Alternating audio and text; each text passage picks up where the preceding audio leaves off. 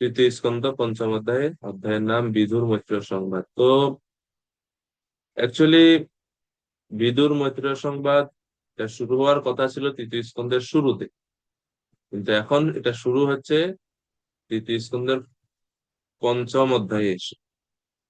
আমরা প্রথম অধ্যায়ে দেখছিলাম যে বিদুর, তিনি যখন গৃহত্যাগ করে তীর্থ ভ্রমণ করছিলেন, তীর্থ ভ্রমণ করতে করতে ওনার সঙ্গে দেখা হয় উদ্ধবজির সাথে। দেখা হওয়ার পরে তিনি উদ্ধবজির কাছে কৃষ্ণ বলরাম সম্পর্কে প্রশ্ন করেন। তখন উদ্ধবজি প্রথমে তিনি উত্তর দিতে সক্ষম হননি, তীব্র বিরহজনিত বা স্মরণজনিত বিরহের কারণে। পরে তিনি নিজেকে ধীরে ধীরে সংযত করে কৃষ্ণের দশম স্কন্ধের যে বৃন্দাবন লীলা, মথুরা লীলা, দ্বারকা লীলা, এই সমস্ত লীলা সম্বন্ধে, ভগবান শ্রীকৃষ্ণের এই সমস্ত লীলা স্মরণ করে করে উদ্ধবজি বিদুরকে বলেছিল, এটা দ্বিতীয় তৃতীয় অধ্যায়ে।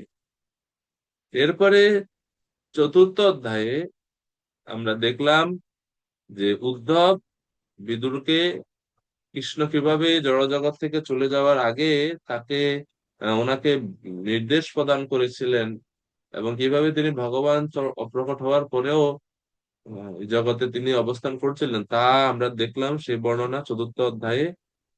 চতুর্থ অধ্যায়ের শেষ দিকে যখন বিদুর শুনলেন উদ্ধবের কাছে যে ভগবান ওনাকে পরম রহস্য আবৃত জ্ঞান বা গোপনীয় জ্ঞান উদ্ধবজিকে বলেছিলেন, বিদুর সেই জ্ঞান জানার জন্য প্রশ্ন জিজ্ঞেস করে।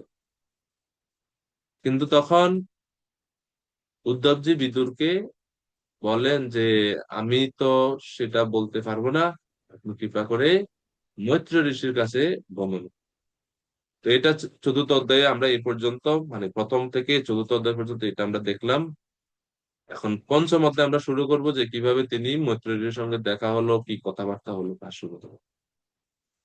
এখন এই মৈত্র বিদুর সংবাদের আগমন কিভাবে, এটার সূত্রপাত হয়েছিল দ্বিতীয় স্কন্ধে। দ্বিতীয় স্কন্ধের অষ্টম অধ্যায়ে পরীক্ষিত মহারাজ অনেকগুলো প্রশ্ন করেছিলেন সুখদেব গোস্বামী। সুখদেব গোস্বামী ভাবলেন যে সেম রকম প্রশ্ন বিদুর ও মৈত্র ঋষিকে করেছিল। তো আমি বিদুর এবং মৈত্র সংবাদই পরীক্ষিত মহারাজের কাছে তুলে ধরি, তাহলে পরীক্ষিত মহারাজের প্রশ্নের উত্তর হয়ে যাবে। আবার এইদিকে নৈমিষারণ্যের ঋষিরাও সুত গোস্বামীকে কিছু মানে একই ধরনের প্রশ্ন করেন। তো তখন সুত গোস্বামী পরীক্ষিত এবং সুখদেব গোস্বামীর কথোপকথন তাদের কাছে বর্ণনা শুরু করলেন।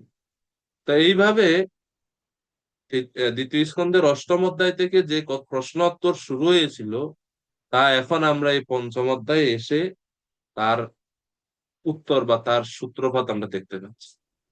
এখন প্রশ্ন হতে পারে যে, বা হতে পারে যে পরীক্ষিত মহারাজকে যখন সুখদেব গোস্বামীকে জিজ্ঞেস করছেন, উনি তো সাথে সাথে বিদুর মৈত্রেয়র সঙ্গে দেখা হলো এই কথা বলতে পারতেন, মাঝখানে আবার অত কৃষ্ণ লীলা ঢুকানো দরকার কি? হতে পারে না। যে যখন জিজ্ঞেস করছে, পরীক্ষিত মহারাজকে যখন বললেন যে আমি বিদুর মৈত্রেয় সংবাদের কথা উল্লেখ করে আপনার প্রশ্নের উত্তর দিব, তো সরাসরি তো বলতে পারতেন যে এক বিদুরের সঙ্গে এই গঙ্গার তীরে মৈত্র ঋষির দেখা হয়, তখন প্রশ্ন উত্তর হয়, এই শেষ। মাঝখানে এই প্রথম চারটা অধ্যায় শেষ করার দরকার কি? না, দরকারটা হচ্ছে এটা যে যারা, যাদের যেটার প্রতি লোভ আছে, তার এই বিষয় সহজে ছাড়ে না। ঠিক আছে, দেখবেন আপনি আহ একটা মজার ছোট্ট গল্প আছে যে একবার এক ছাত্রকে স্যারে ক্লাসরুমে গরু রচনা লিখতে দিছে। তো ছাত্রটা গরু রচনা লিখতে খুব ভালোবাসে, মানে গরু রচনা তার খুব মুখস্থ। তো গরু রচনা লিখতে দিছে, খুব সুন্দর করে লিখছে। পরের দিন স্যারে বলছে ঠিক আছে, এখন আজকে তোমরা খেলার মাঠ নিয়ে আলোচনা করো, খেলার মাঠ নিয়ে একটা আলোচনা নেন। তো ছাত্র লিখতেছে যে হ্যাঁ, আমাদের স্কুলের সামনে খুব বড় একটা খেলার মাঠ আছে, অনেক বড় এই মাঠ। ওই মাঠের মধ্যে একটা গরু চলতেছে, গরুটা চারটা পা আছে, দুইটা শিং আছে। ও গরু রচনা শুরু করে দিছে। এরপরে পরের দিন বলছেন, স্যার বলছে যে ঠিক আছে আজকে রচনা লিখবে আমাদের গ্রাম সম্বন্ধে। তো সে পরের দিনও লিখতেছে যে আমাদের গ্রামের নাম এটা, কৃষ্ণনগর। আমাদের গ্রামটা খুব সুন্দর। আমাদের গ্রামে অনেকগুলো গাভী আছে। আমাদেরও একটা গাভী আছে, গাভী এই গরুটার চারটা পা আছে, রং কালো। আবার ওই মানে যাই বর্ণনা প্রশ্ন করুক, রচনা যে কোনো বিষয় হোক, ঘুরে ফিরে সে ওই গরুর কাছে চলে যায়। তো সুখদেব গোস্বামী তিনি হচ্ছে মত্ত ভৃঙ্গ। মৌমাছি যেরকম সবসময় তার ধ্যান একটাই যে কোথায় ফুলের, কোন ফুলে মধু আছে, মধু যেখানে, সেখানে গিয়ে সে মৌমাছি মত্ত হয়ে থাকে। সুখদেব গোস্বামীও সবসময় সুযোগ খুঁজেন, অপেক্ষা করে থাকেন যে কৃষ্ণ কথা কিভাবে আরো বেশি বলা যায়, আরো বেশি বলা যায়, আরো বেশি বলা যায়। যখনই তিনি সুযোগ পান, তিনি কৃষ্ণলীলা বলা শুরু করে দেন। মানে টপিকে আসেন, কিন্তু একটু ঘুরায় ঘুরি করে এরপরে উনি মূল টপিকে আসেন। এটা হচ্ছে সুখদেব গোস্বামীর স্বভাব। বা দেখবেন প্রথম স্কন্ধে আমরা দেখি যে আহ পরীক্ষিত মহারাজের জন্মের কথা আলোচনা করবে, কিন্তু পরীক্ষিত মহারাজের জন্মের কথা আসছে 2 অধ্যায় পরে। মাঝখানে কিভাবে দ্রোণাচার্য ব্রহ্মাস্ত্র নিক্ষেপ করে, কৃষ্ণ কিভাবে পাণ্ডবদেরকে রক্ষা করে, কত আলোচনা করে এরপরে আসে পরীক্ষিতের জন্ম। তো সরাসরি হুট করে তিনি টু দা পয়েন্ট উত্তর দেন, তিনি একটু বিস্তার করেন লীলাটাকে। তো এটা হচ্ছে ওনার স্বভাব। যেহেতু তিনি কৃষ্ণ কথা কীর্তন করতে এবং স্মরণ করতে তিনি সবসময় লালায়িত থাকেন, এই জন্য। কারণ আমাদেরকে যখন কেউ কিছু প্রশ্ন করে, আমাদের ভিতরে তো কিছু নাই। তো 2 4 কথা কই, এরপরে কি যে বলবো পরে আর খুঁজে পাই না আমরা। 10 15 মিনিট বলার পরে আর বলার কিছু মাথায় থাকে না। তো সুখদেব গোস্বামী তো এরকম না, তিনি সবসময় ভগবানের লীলা কথা স্মরণে কীর্তনে সবসময় মত্ত। যাই হোক, তো পঞ্চম অধ্যায়, এই অধ্যায়ে শ্লোক রয়েছে 51টি। 51টি শ্লোক। আহ প্রথম 1 থেকে 9 নম্বর শ্লোকে মৈত্রেয় ঋষির কাছে বিদুরের প্রশ্ন বলা হয়েছে। বিদুরজি মৈত্রেয় ঋষির কাছে প্রশ্ন জিজ্ঞেস করছেন, প্রথম 9টি শ্লোক। চ্যাট বক্সে দেওয়া হচ্ছে, দেখতে পারেন এখানে। এরপরে শ্লোক নাম্বার 10 থেকে 16 প্রশ্ন করার পরে তিনি এখন 10 থেকে 16 নম্বর শ্লোকে কৃষ্ণ কথা শোনার জন্য ওনার যে তীব্র ইচ্ছা তা ব্যক্ত করছে।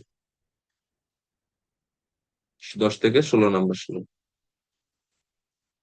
তখন ওনার এই তীব্র ইচ্ছা এবং এত উন্নত প্রশ্ন শুনে মৈত্রেয় ঋষি তিনি বিদুরের প্রশংসা করলেন এবং মহিমান্বিত প্রশ্ন করার জন্য কৃতজ্ঞতা প্রকাশ করলেন। যেরকম প্রথম স্কন্ধে সুত গোস্বামী শৌনক ঋষিদেরকে ধন্যবাদ জানিয়েছিলেন।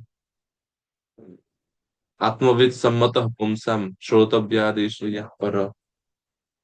আপনাদের প্রশ্নগুলো খুব বরিয়ান, এসতে প্রশ্ন কৃত লোক হিতম নৃপ আত্মবিদ সম্মত পুংসাম শ্রোতব্যাদিষু ইয়ঃ। তো এইখানেও মৈত্র ঋষি প্রশ্নকর্তাকে ধন্যবাদ বা কৃতজ্ঞতা জানাবেন। খালি ধন্যবাদ না, কৃতজ্ঞতা জানাচ্ছেন যে আপনার প্রতি আমি কৃতজ্ঞ যে আপনি প্রশ্ন করলেন, আপনার প্রশ্নের কারণে আমি কৃষ্ণ কথা বা কৃষ্ণকে আরো বেশি তীব্রভাবে স্মরণ করতে পারি। এরপরে 22 নম্বর শ্লোক থেকে তিনি উত্তর দেওয়া শুরু করেন। তো বিদুরজি যখন প্রশ্ন করেন, প্রশ্নের শুরুতে তিনি সৃষ্টিতত্ত্ব সম্বন্ধে জিজ্ঞাসা করেন, জানতে ইচ্ছা করেন। তো সেই জন্য 22 থেকে 38 নম্বর শ্লোকে মৈত্রী ঋষি সৃষ্টির প্রকরণ বর্ণনা করলেন, এবং 39 থেকে 51 নম্বর শ্লোকে তিনি আরো বর্ণনা করলেন, এটাও সৃষ্টিতত্ত্ব সম্বন্ধেই, যে যখন ভগবান থেকে উপাদান সমূহ প্রকাশিত হয় তখন সেই উপাদানের যে অধিষ্ঠাতা দেবতাগণ তারা ভগবানের কাছে প্রার্থনা নিবেদন করে ভগবানের সাহায্যের জন্য। সেটা 39 থেকে 51 নম্বর শ্লোকে বর্ণনা করা হচ্ছে। আমাদের চ্যাট বক্সে দেওয়া হয়েছে, তো এখান থেকে আপনারা দেখে লিখতে পারেন। তো এই হচ্ছে এই পঞ্চম অধ্যায়। চলুন আমরা শুরু করি। শ্রীশুকুবাচ দ্বারিদুনদ্যা ঋষভকুরূণাম মৈত্রেয়মাসীনমুক অগাধবোধম সত্যোপসৃত্যাচ্যুতভাবসিদ্ধ্যা পাপ্রচ্ছ সৌশীল্যগুণাভিতৃপ্তাঃ। খুবই সুন্দর এই শ্লোক। ব্রজদান প্রভু কৃপা করে অনুবাদ করবেন।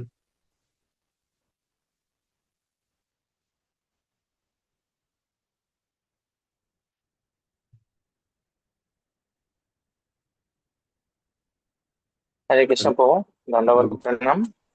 তোমাকে। শ্রী সুখদেব গোস্বামী বললেন, কুরুশ্রেষ্ঠ বিধুর, যিনি ভগবত ভক্তিতে পূর্ণরূপে নিষ্ণাত ছিলেন, এইভাবে সুরধুনী গঙ্গার উৎসস্থলে হরিদ্বারে পৌঁছে অগাধ জ্ঞান সম্পন্ন মহর্ষি মৈত্রেয়কে উপবিষ্ট অবস্থায় দর্শন করলেন। হরে কৃষ্ণ।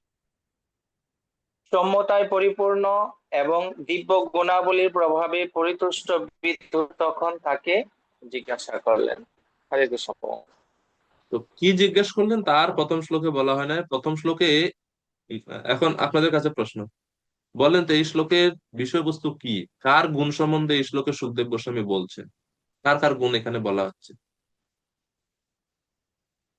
এবং কি কি গুণ বলা হচ্ছে? কার সম্বন্ধে কি গুণের কথা সুখদেব গোস্বামী উল্লেখ করছেন? যখন আপনি, যখন আমরা আমাদের কাছে সুখদেব গোস্বামী, আমাদের কাছে বলতে পরীক্ষিত মহারাজের কাছে বলছেন, তো আমরাও তো শ্রোতা। আমরা 2026 সালে শ্রোতা, তখন আমরা ছিলাম না ওইখানে হয়তো। যাই হোক, তো তিনি যখন মৈত্রবিদুর সংবাদ উপস্থাপন করছেন, প্রথমে বক্তা শ্রোতার মহিমা কীর্তন করছেন একটু এই শ্লোকে, যে বক্তা শ্রোতা দুইজনেই কি সামান্য কেউ না, অনেক উচ্চ কোটির আহ বক্তা এবং শ্রোতা দুইজনেই। এই জন্য দুইজনেরই একটু একটু মহিমা আছে এখানে। এখন আপনাদের কাছে প্রশ্ন, আপনি পড়ে, আপনার পড়ে কি বুঝতে পারলেন, কার কার কি মহিমা বলা হচ্ছে এখানে? কুরুশ্রেষ্ঠ বিদুর, এর মানে বিদুরজির কথা বলছে। বিদুরজির কি গুণ মহিমা আছে? তিনি ভক্তিতে পূর্ণরূপে নিষ্ণাত ছিলেন। আর তিনি গঙ্গার উৎপত্তি স্থল মানে হরিদ্বারে পৌঁছে মৈত্রী ঋষির কাছে, বা মৈত্রী ঋষির সাথে ওনার সাক্ষাৎ হয় সেখানে। মৈত্রী ঋষিরও একটা বিশেষ গুণ এখানে বলা হচ্ছে, যে তিনি হচ্ছেন অগাধ জ্ঞান সম্পন্ন। এই জন্য বলছে মৈত্রেয় মৈত্রেয় মৈত্রেয়ম আসীনম অগাধ বোধম। অগাধ বোধ মানে যে অগাধ জ্ঞান সম্পন্ন গুরু। এ একটা আহ, অন্যতম গুণ, যে তিনি শিষ্যের সমস্ত সংশয় ছিন্ন করার ক্ষমতা রাখেন। সর্ব সংশয় ছেত্য, এরকম একটা শ্লোক আছে। তো মৈত্র ঋষির কাছে উদ্ধবজি বিদুরকে কেন পাঠাইছেন? কারণ মৈত্র ঋষিরও অগাধ পাণ্ডিত্য ছিল।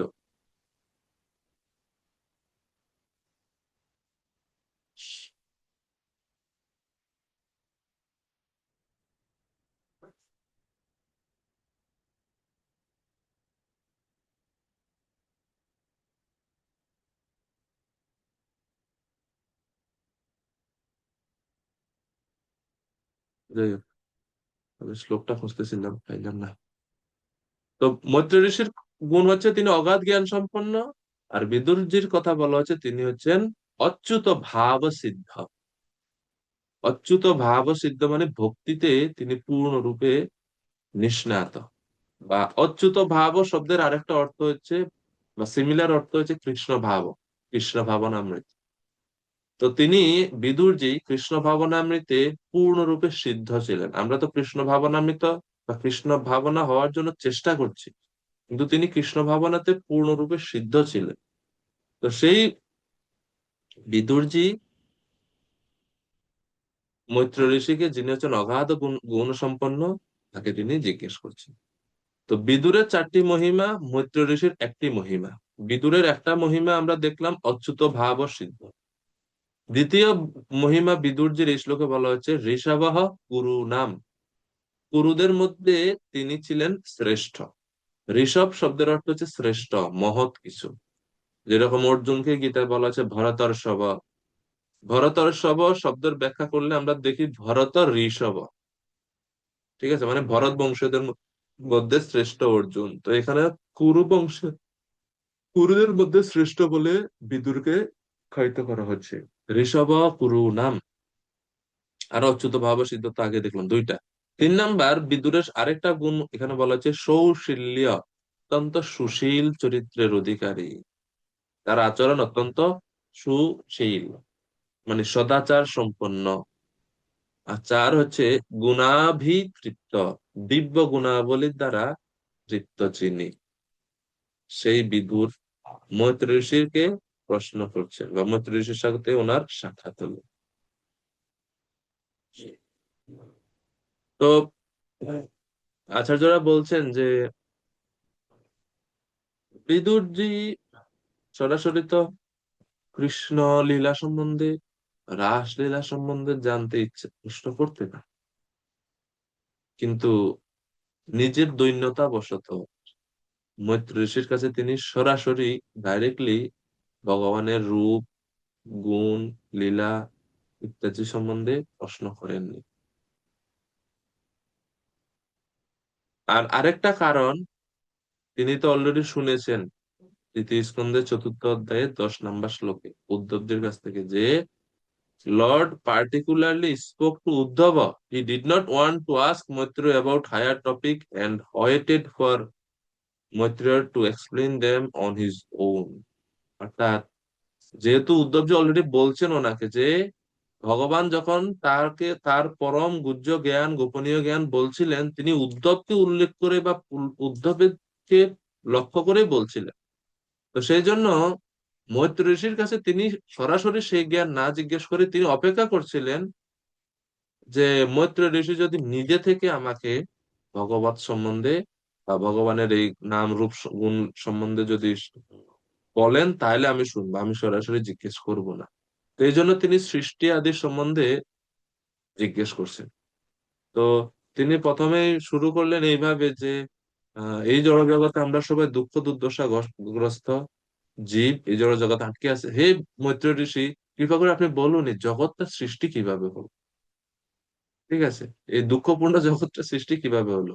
এবং বিশ্বনাথ চক্রবর্তী ঠাকুর অধ্যায়ের শুরুতে তিনি এই অধ্যায়ের সম্বন্ধে সংক্ষেপে বলছেন পঞ্চমে জগত সৃষ্টি আদি পৃচ্ছৎ সুখ দুঃখিনা দুঃখিনা তত্রা প্রত্যাহ মৈত্রেয় সর্গম তত্ত্বেই স্তবম হরে। অর্থাৎ এই পঞ্চম অধ্যায়ে বিদুর সুখ এবং দুঃখাত্মক জগতের সৃষ্টি আদির কথা জিজ্ঞেস করেছিলেন।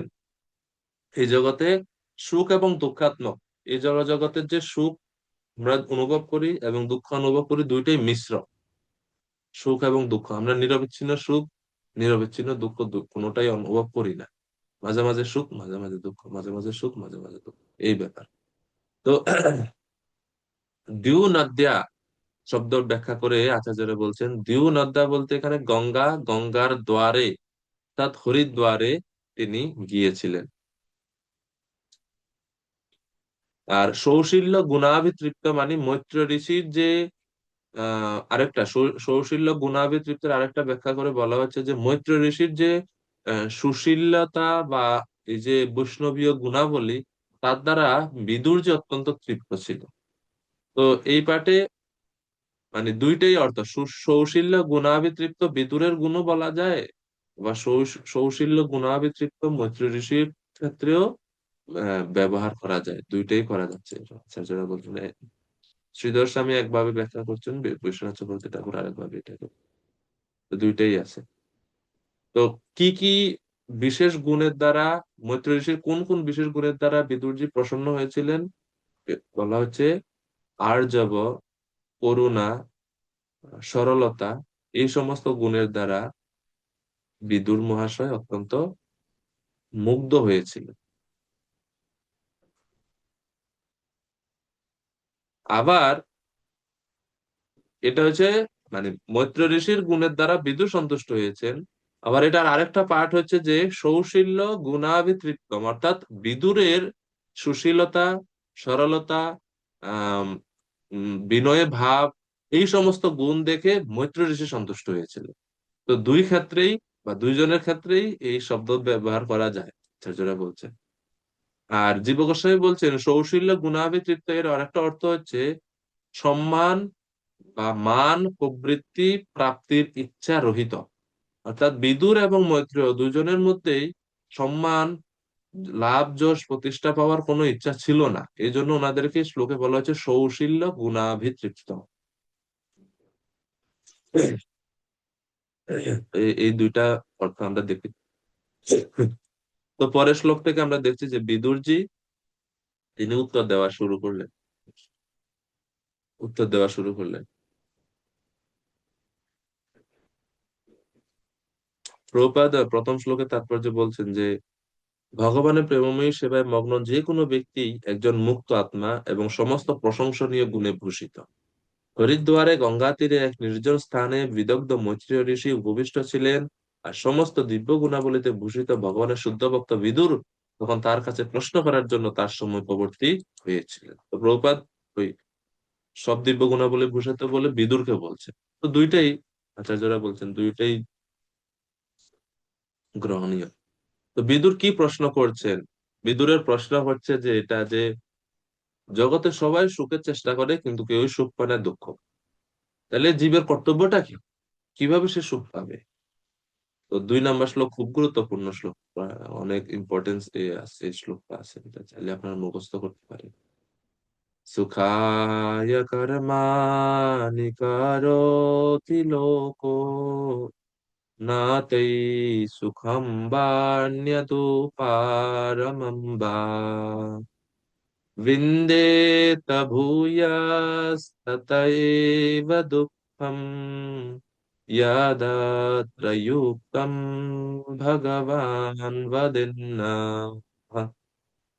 তো বিদুর যে বলছেন এই জগতে সবাই সুখের জন্য সকাম কর্মে লিপ্ত হয়, সুখায় বা সুখ লাভের জন্য কর্মাণি সকাম কর্মসমূহ লোক করতি এই জগতে সবাই করে। কিন্তু করে কি হয়? সুখ পায় কি? নতই সুখম, কিন্তু তার ফলে তারা জড় সুখও লাভ করে না। অন্য উপারমম বা, এবং দুঃখেরও নিবৃত্তি হয় না। সুখ প্রাপ্তি একটা, দুঃখের নিবৃত্তি ভিন্ন জিনিস। আমার জ্বর আছে এখন মনে, তো জ্বর কমাটা হচ্ছে দুঃখের নিবৃত্তি। কিন্তু জ্বর কমে গেলে যে আমি সুস্থ বা ভালো বোধ করতেছি এরকম না, ঠিক আছে না? এই জন্য সুখও লাভ করে না মানুষ, দুঃখের নিবৃত্তিও হয় না, যতই সে সুখের চেষ্টা করুক না। এ সুখ তো লাভ হয় না, দুঃখেরও নিবৃত্তি হয় না, উল্টা আরো কি হয়? বিন্দে তো ভূয়স্তত এব দুঃখম, পক্ষান্তরে সে অধিক থেকে অধিকতর দুঃখই লাভ করে। যতই সুখের চেষ্টা করে তত বেশি আরো দুঃখ তার কাছে এসে উপস্থিত হয়। হে মৈত্র ঋষি, দয়া করে বলুন সুখ লাভের জন্য কিভাবে আমাদের জীবন যাপন করা হয়? খুবই প্র্যাকটিক্যাল প্রশ্ন না? সবার, সবাই দুঃখিত, সবাই সুখের চেষ্টা করে কিন্তু কেউই সুখ পায় না, কিন্তু আবার সুখের আকাঙ্ক্ষা করে।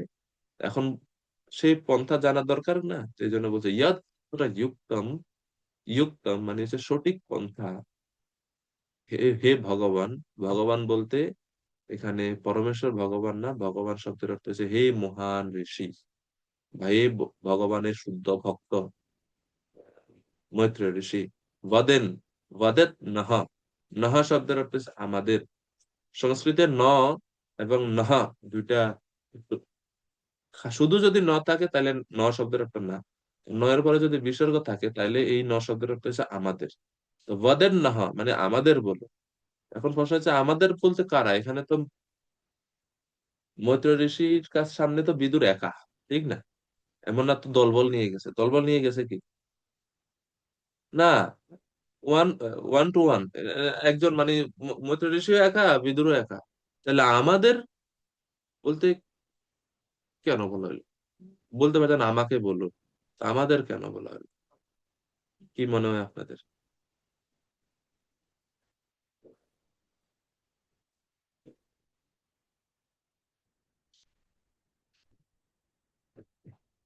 উনি যদি একা, তাহলে তো সিঙ্গুলার ফর্ম হওয়ার কথা ছিল, তা আমাদের কেন বললেন? এটার কি কি কারণ হতে পারে, আপনাদের কি মনে হয়? না মনে হয় ভুল করে বলে দিছে, এরকম কি? এরকমও তো হওয়ার কথা না, কারণ ভাগবতমে তো ভুল থাকার কথা না। ভুল নাই। কেউ বলতে চাইবেন?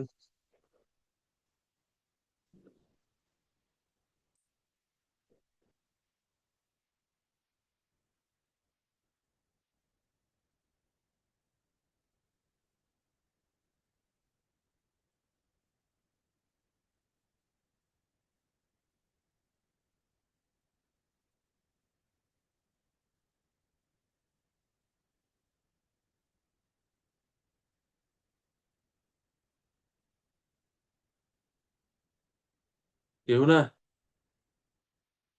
হ্যাঁ, ঠিক আছে।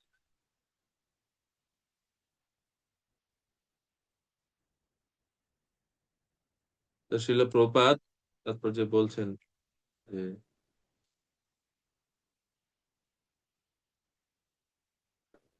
বিশ্বনাথ চক্রবর্তী ঠাকুরের উল্লেখ করে বলছে যে, যদিও তাদের সুখ, তাদের দুঃখ লাভ হয় এবং অনেক কষ্টের মধ্যে থাকে, কিন্তু তারা সকাম কর্ম থেকে বিরক্ত বোধ করে না। তাদের হৃদয়ে বৈরাগ্য আসে না, কারণ তারা নিজেদেরকে সুখী মনে করে। মন্যতে সুখী, যদিও সে দুঃখী কিন্তু নিজেকে সে সুখী মনে করে, আর এই কারণে তার বৈরাগ্য আসে না। এই জন্য বিদুর মৈত্র ঋষিকে বলছেন যে আমরা কিভাবে প্রকৃত সুখ লাভ করব তা দয়া করে বলুন। তো প্রভুপাদ বলছেন যে বিদুর তো কৃষ্ণ কথা আলোচনা করার জন্য আসছেন। উনি প্রশ্ন করেছিলেন উদ্ধবকে যে আপনি পরম রহস্যাবৃত গোপনীয় জ্ঞান বলুন। তো সেই জ্ঞান শোনার জন্যই তো উদ্ধব ওনাকে মৈত্র ঋষির কাছে পাঠাইছেন। তো উনি সরাসরি কৃষ্ণলীলা সেই গোপনীয় কথা না বলে এই প্রশ্ন কেন করছেন? বিশ্বনাথ চক্রবর্তী ঠাকুর চারটি কারণ দিয়েছেন। প্রথম কারণ, বিদুর নিজেকে একজন সাধারণ সাধারণ একজন মনে করছিলেন বিনয়বশত, এবং তিনি নিজেকে 2 নাম্বার উন্নত ভক্ত তিনি মনে করেননি। তিনি মনে করেননি নিজেকে যে আমি তো যোগ্য, আমি প্রশ্ন করি, এরকম ভাবেননি। আর আহ তৃতীয় কারণ, ওই যে প্রথম শ্লোকে আমরা যে 4টি গুণ দেখলাম, 4টা গুণ আছে তার ওনার: অচ্যুত ভাব সিদ্ধ, ঋষভ করুণাম। কিন্তু তারপরেও তিনি নিজেকে ছোট মনে করছেন। তিনি আহ, মনে মনে ভাবছেন যে আমি কৃষ্ণ কথা জিজ্ঞেস করব, তার থেকে বরং আমি সাধারণ প্রশ্নই করি। উনি যদি কৃপা করে, নিজ গুণে কৃপা করে যদি আমাকে কৃষ্ণ কথা শ্রবণ করান। তো এই মূল বিষয় হচ্ছে যে এটা হচ্ছে বিদুরের স্বাভাবিক দৈন্যতা এবং নম্রতার ফলে তিনি সেই প্রশ্ন করেননি।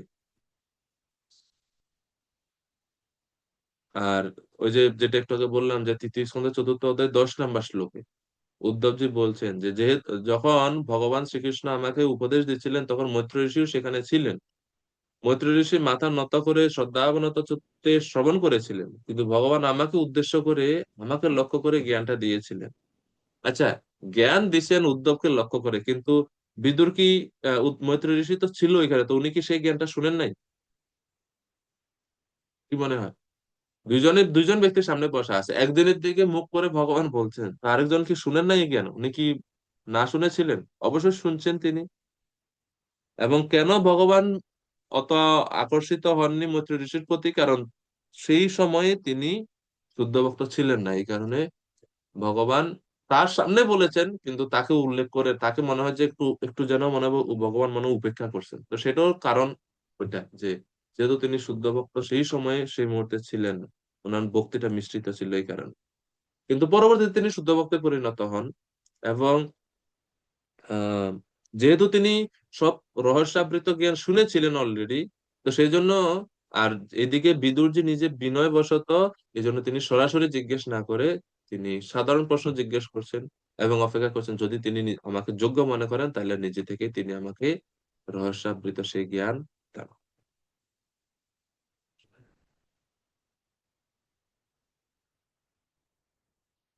তো ভক্তি সিদ্ধান্ত সরস্বতী গোস্বামী প্রভুপাদ বলছেন যে হরি সেবা বিমুখ কর্মফল বাধ্য বদ্ধ জীব স্থূল ও সূক্ষ্ম দেহদ্বয়ের অবলম্বনে সংসারে প্রবৃত্ত হয় এবং প্রপঞ্চের অবশ্য ভোক্তব্য ফল লাভ করে দুঃখ বৃদ্ধি করে।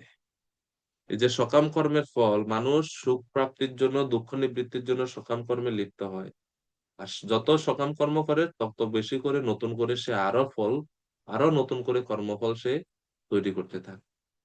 এবং এই কর্মফলের হিসাব নিকাশ মারাত্মক ধরনের কঠোর ভাবে হয়ে থাকে, কারো কোনো ছাড় নাই। কর্মফলের বিচারে কারো বিন্দু মাত্র ছাড় নাই। শিব মহাপুরাণে একটা শ্লোকে খুব গুরুত্বপূর্ণ ভাবে বলা আছে, কৃতকর্ম ক্ষয়ো নাস্তি কল্পকোটি শতৈরপি অবশ্যমেব ভোক্তব্যম কৃতম কর্ম শুভাশুভম। বুঝতে পারছেন শ্লোক থেকে? কৃতকর্ম ক্ষয়ও নাস্তি, কৃতকর্মের মানে যা অলরেডি আপনি করেছেন, সঞ্চিত কর্ম ফল, ক্ষয়ও নাস্তি, তার কোনো ক্ষয় বা নাশ নেই। এমনকি এটা যদি কল্প কোটি শতৈরপি, এক জন্ম দুই জন্ম না, শত কোটি কল্প অতিবাহিত হলেও সেই কর্মফল ক্ষয় হয় না, এটা এজ ইট ইজ জমা থাকে। অবশ্যমেব ভোক্তব্যম, এবং সেই কর্মের ফল অবশ্যই আপনাকে ভোগ করতে হবে, হয়তো শত কোটি কল্পকাল পরে। শত কোটি কল্প মানে বুঝতে পারছেন, ব্রহ্মার হয়তো দুই তিন ব্রহ্মা চেঞ্জ হয়ে যাবে, তো তারপরও আপনার কর্মফলের হিসাব এজ ইট ইজ থাকবে। অবশ্যই বা ভোক্তব্য, অবশ্যই ভোগ করতে হবে, ভোগ না করা ছাড়া এটাকে ক্ষয় করতে পারবেন না। কৃতম কর্ম শুভ অশুভ, নিজের করা শুভ এবং অশুভ কর্মের ফল অবশ্যই ভোগ করতে হবে। শিব মহাপুরাণে এই শ্লোক বলা আছে। তো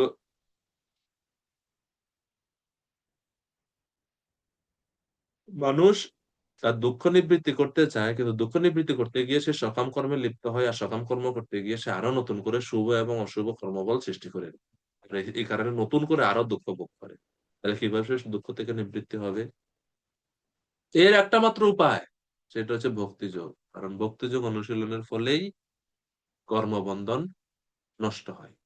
তাও কথা আছে, কথা হয়েছে এটা, আমি মাঝে মাঝে আঞ্চলিক কথা বলি, আপনারা বুঝতে পারেন আশা করি।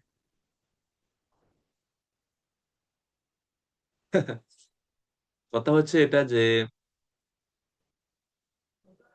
বিশ্বনাথ চক্রবর্তী ঠাকুর, সরি, বলদেব বিদ্যাভূষণ প্রভু, তিনি গোবিন্দ ভাষ্যে, বেদান্ত সূত্রের যে ভাষ্য লিখছেন গোবিন্দ ভাষ্যে, সেখানে তিনি বলছেন যে কর্ম তিন ধরনের, মানে ফলের উপর ভিত্তি করে, ফল ভোগের উপর ভিত্তি করে কর্ম তিন ধরনের: সঞ্চিত, প্রারব্ধ, ক্রিয়মান। সঞ্চিত মানে হচ্ছে যেগুলো জমা আছে কর্মফল। প্রারব্ধ হচ্ছে সেই জমা থেকে যতটুক ফল এই জন্মে আমি ভোগ করার কথা। আর ক্রিয়মান মানে হচ্ছে এই জন্মে নতুন করে করে আমি যে ফল, যে কর্ম করে নতুন করে ফল জমা করতেছি, সেটা পাপ হইতে পারে, পুণ্য হইতে পারে। তো তিনি বলছেন ভক্তি অনুশীলন করে আমরা ক্রিয়মান কর্ম পরিবর্তন করতে পারি, সঞ্চিত কর্ম পরিবর্তন করতে পারি, প্রারব্ধ কর্ম পরিবর্তন করা যায় না। আর এই কারণে যদিও আমরা ভক্তি রসামৃত সিন্ধুতে দেখতে পাই যে ক্লেশাগ্নি, ক্লেশ নাশ হয়, কিন্তু তারপরে তো ভক্তিযোগ অনুশীলন করলে ভক্তরা ক্লেশ ভোগ করে, কষ্ট পাই না আমরা? পাই। তাহলে কষ্ট কেন পাই? কর্মফলের কারণেই তো কষ্ট আসে, পাপ পুণ্য ফলের কারণেই তো কষ্ট আসে। যদি ফলই না থাকতো, ভক্তি করলে যদি ফলই ধ্বংস হয়ে যেত, তাহলে তো কষ্ট ভোগ করতাম না। আর ইনফ্যাক্ট যদি কর্মফল ধ্বংস হয়ে যেত পরিপূর্ণরূপে, তাহলে এই দেহই থাকতো না। আমরা যে দেহ ধারণ করে আছি এটাও কর্মফলের কারণে। যদি কারো কর্মফলের অ্যাকাউন্ট জিরো হয়ে যায়, পাপ পুণ্য জিরো, তাহলে আপনি দেহে থাকবেন না, দেহ ছেড়ে দিতে হবে। কারণ আত্মা দেহে আছে কর্মের কারণে, কর্মফল ভোগ করার কারণে সে এই দেহ ধারণ করে এবং বিভিন্ন দেহ ধারণ করে। তো তিনি তো ওখানে বলা হয়েছে যে প্রারব্ধ কর্ম, অর্থাৎ এই বর্তমান জীবনে মাতৃগর্ভে প্রবেশ করা দিন থেকে মৃত্যু পর্যন্ত যে ফলটুকু আমার ভোগ করার কথা, সেই প্রারব্ধ কর্মটা তার এই ভক্তিযোগ অনুশীলন করলেও ধ্বংস হয় না। এটা ধ্বংস হয় তখন যখন কেউ প্রেম স্তর লাভ করে। অনর্থ নিবৃত্তি স্তর, নিষ্ঠা স্তর পর্যন্ত প্রারব্ধ কর্মফল ধ্বংস হয় হবে তখন যখন কেউ প্রেম স্তর লাভ করে। এছাড়া ভক্তকে প্রারব্ধ কর্ম ভোগ করতে হয়। আর এই প্রারব্ধ কর্ম ভোগ করিয়ে, ওই যে আমরা বলি না যে ভগবান অনেক বড় হওয়ার কথা ছিল, ভগবান ছোট করে দিয়ে দিছে। এইটা ভগবানের প্রারব্ধ কর্মের মাধ্যমে এটা করেন, সমস্ত কর্মফল গুলো জীব মানে তার ভক্তকে ভোগ করিয়ে করিয়ে শেষ করে দেন। এই জন্য যখন আমরা বলি যে উম অপ্রারব্ধ ফলম পাপম কুটম বীজম ফলন্মুখম ক্রমেণ এব প্রলীয়তে বিষ্ণু ভক্তি রতাত্মন, এখানে বলছে না যে সাডেনলি শেষ হয়ে যাবে, না, ক্রমে না, মানে ক্রমে ক্রমে শেষ হবে, ক্রমে ক্রমে শেষ হবে, ধীরে ধীরে শেষ হবে। আর ব্রহ্মসংহিতায় বলা আছে কর্মাণি নির্দাহতি কিন্তু চ ভক্তি ভাজাম, কর্মসমূহ নাশ হয়ে যায় ভক্তদের। ভক্তি ভাজাম, সেখানে প্রেমী ভক্তের কথা বলা হয়েছে। তার পূর্ণরূপে সমস্ত কর্মফল নষ্ট হয়। আমরা যারা ভক্তরা আছে আমাদের কর্মফল নষ্ট হচ্ছে, সঞ্চিত কর্ম মানে যেগুলা স্টকে রাখা আছে ভবিষ্যৎ জন্মে ভোগ করার কথা, সেগুলো নষ্ট হচ্ছে। আর ক্রিয়মান কর্ম পরিবর্তন হচ্ছে। ক্রিয়মান হচ্ছে নতুন করে কর্ম, তো আমরা তো নতুন করে আরো, যেহেতু কৃষ্ণ সন্তুষ্টির জন্য কর্ম করি, তো নতুন করে কর্মফল সৃষ্টি হচ্ছে না। যজ্ঞার্থাৎ কর্মণ্যত্র লোকোয়ম কর্মবন্ধন, এই সিদ্ধান্ত অনুসারে। কিন্তু প্রারব্ধ কর্মটা এখনো থেকে আসে, মানে আছে, এটা already আছে। তো এটার জন্য তীব্র ভক্তি দরকার এবং ওই স্তরে যাওয়া দরকার, নাইলে এটা চেঞ্জ হবে না। প্রারব্ধ কর্ম কেন চেঞ্জ করা যায় না জানেন? কারণ প্রারব্ধ কর্ম অলরেডি আমরা ভোগ করতেছি, এটা কিভাবে চেঞ্জ করবে? এবং প্রারব্ধ কর্মের উপর ভিত্তি করে তিনটা জিনিস নির্ধারিত হয়। এটা পতঞ্জলি মুনি যোগসূত্রে তিনি বলছেন, সতি মূলে তদ বিপাক জাতি আয়ো আয়ু ভোগাহা। অর্থাৎ প্রারব্ধ কর্ম অনুযায়ী আমরা জাতি, আয়ু এবং ভোগ, এই তিনটা জিনিস এই জগতে এই জন্মে পেয়ে থাকি। যেমন আপনি কোন জাতিতে জন্মগ্রহণ করছেন ওটা কি চেঞ্জ করতে পারবেন? জাতি চেঞ্জ করা যাবে?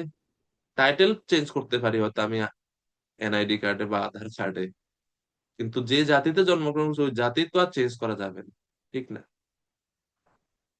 তারপরে দুই হচ্ছে আয়ু, সকলের আয়ু নির্দিষ্ট, আয়ু বাড়ে কমে না। তো আয়ুটাও এই প্রারব্ধ কর্মের ফলে এই তিনটা জিনিস আমরা পাই, এবং এগুলা তো অলরেডি প্রিডিস্টাইন্ড।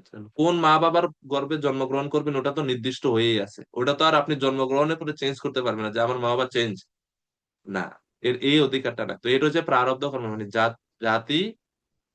তো জাতি বলতে কোন কুলে জন্মগ্রহণ করবেন বা কোন দেহে জন্মগ্রহণ করবেন, মানে কোন দেহ লাভ করবেন। যেমন আমি এখন মানুষ আছি, তো এখন মানুষ হয়ে তো আমি তো চেঞ্জ করতে পারবো না এই দেহকে, আমি চাইলে তো অন্য কোনো দেহ ধারণ করতে পারবো। এই জন্য বলা হয় যে প্রারব্ধ কর্মফল খুব সহজে চেঞ্জ করা যায়। করতে পারবে কখন? যখন তীব্র ভক্তি অনুশীলন করবে, ওই একান্ত ভাবে ভগবানের শরণ গ্রহণ করবে, ভগবানের নামে শরণ গ্রহণ করবে, এবং প্রেম ভাব এবং ভাবেরও ঊর্ধ্বে প্রেম স্তরে যখন লাভ, তখন গিয়ে এটা চেঞ্জ হয়, তখন ভক্তের সিদ্ধ দেহ লাভ হয়। ঠিক আছে। এরপরে আয়ু বলছে ভোগ, ভোগ মানে যে সুখ দুঃখের অভিজ্ঞতা। প্রারব্ধ কর্ম অনুযায়ী যে সুখ এবং দুঃখ সেটা ভোগ করে আমরা, এই এই তিনটা জিনিস প্রারব্ধের ফলে হয়, এবং এই তিনটা ভোগ শেষ, এটা ধ্বংস হয় না সহজে। ভক্তকে এটা ভোগ করতে হয়। এবং ভগবান ভক্তকে এমন ভাবে দেন যেন করে, যাতে করে ভক্ত এই জড় জগৎ থেকে বিরক্তি লাভ করতে পারে এবং কৃষ্ণের প্রতি উন্মুখ হতে পারে। এটা হচ্ছে কৃষ্ণের অনুগ্রহ আমাদের প্রতি। তো এটা আমার কর্ম সম্বন্ধে বলা ছিল, যেহেতু কর্ম বিপাক বা সুখায় কর্মানি বলা হচ্ছে, এইটা হচ্ছে। এই জন্য ভক্তি সিদ্ধান্ত সরস্বতী ঠাকুর পরের অংশে বলছেন যে যারা বুদ্ধিমান, সর্বজ্ঞ এবং ও নিত্য লীলার সন্ধান জানেন, তারা জীবের নিত্য কর্তব্যের উপদেশ দিতে সমর্থ হন। তো এই জন্য বিদুর ঋষি মৈত্রেয়র কাছে এসেছেন, কেননা মৈত্রেয় ঋষি হচ্ছেন কৃষ্ণ তত্ত্ববেদ, অগাধ বোধম। সেই জন্য তিনি মৈত্রেয় ঋষিকে জিজ্ঞেস করছেন, কৃপা করে আপনি আমাদেরকে দিক নির্দেশনা প্রদান করুন। তো তো সে দিক নির্দেশনা অন্তিমে এটাই আসবে যে ভক্তিযোগ অনুশীলন করা। ঠিক আছে, ব্রজদান প্রভু। হরে কৃষ্ণ প্রভু, আমার বিনম্র প্রণাম। তো এই যে কর্ম সম্বন্ধে আপনি এত ডিটেলস বললেন, আমার এখন আমি কি করে বুঝতে পারবো যে আমি কোন কর্ম করলে আহ, আমার এখন আহ, কি গতি হচ্ছে, কোন কর্মটা আমার জন্য এখন শ্রেয়? হ্যাঁ, যদিও আমি এখন ভক্তি যোগ অনুশীলন করছি, কিন্তু আপনি এখন বললেন যে যে কর্মফল ভোগ করতেই হবে। হ্যাঁ, এটার কোনো নাই।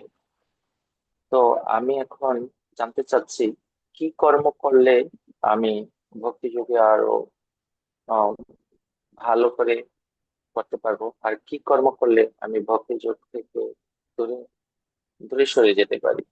আপনি যদি দয়া করে এই সম্বন্ধে বলেন। প্রশ্নটা আমি আর একটু ক্লিয়ার করি। প্রথমত আমি যখন বলছি বা শিবপুরাণের উদ্ধৃতি করে যখন বলা হচ্ছে অবশ্যমেব ভোক্তব্যম, এটা হচ্ছে সাধারণ বিধি যে জীবকে তার কর্মফল ভোগ করতে হয়। কিন্তু যখন কেউ ভক্তিযোগে যুক্ত হয়, ভক্তিযোগে ভক্তের এই বিশেষ বা ভক্তিযোগের এই বিশেষ শক্তি আছে যে আমাদের সঞ্চিত এবং ক্রিয়মান কর্ম পরিবর্তন হয়, এবং প্রারব্ধ কর্ম ধ্বংস হতে পারে যদি আমরা তীব্র ভক্তি অনুশীলন করি। ঠিক আছে, এটা হচ্ছে ক্লিয়ার করা দরকার। আর যখন আপনি বলছেন যে আমার কি কর্ম করা উচিত যে যেন আমি ভক্তিতে উন্নত, দেখেন প্রভু, আমরা তো ভক্তিযোগে কোনো কর্ম করি না। আমাদের উপগোস্বামী উপদেশ দিয়েছেন যুক্ত বৈরাগ্য আশ্রয় করে জীবন যাপন করা। সেটা যে গৃহেই থাকেন, আশ্রম, যে কোনো আশ্রমে থাকেন না কেন, আমাদের একটাই পালনীয় হচ্ছে যুক্ত বৈরাগ্য। আমরা কর্ম করি না, আমরা করি সেবা। আমাদের, আমরা ভগবত সেবা করে থাকি, এবং আমাদের প্রত্যেকটা কর্মের, সেটা গৃহী বৈষ্ণব হোক আর ত্যাগী বৈষ্ণবী হোক না কেন, প্রত্যেক কর্ম, প্রত্যেকেরই কর্মের পিছনে একটাই লক্ষ্য থাকা উচিত, যে কৃষ্ণ সন্তুষ্টি, গুরু বৈষ্ণবের সন্তুষ্টি। তো এই মনোভাব নিয়ে যখন কোনো কর্ম করা হয়, সেই কর্ম আমাদের ভক্তিতে আমাদেরকে অগ্রসর হতে সহযোগিতা করে। আর এর ব্যতিরিক্ত কোনো মনোভাব নিয়ে আমাদের কর্ম করার নির্দেশ আচার্যরা দেয়।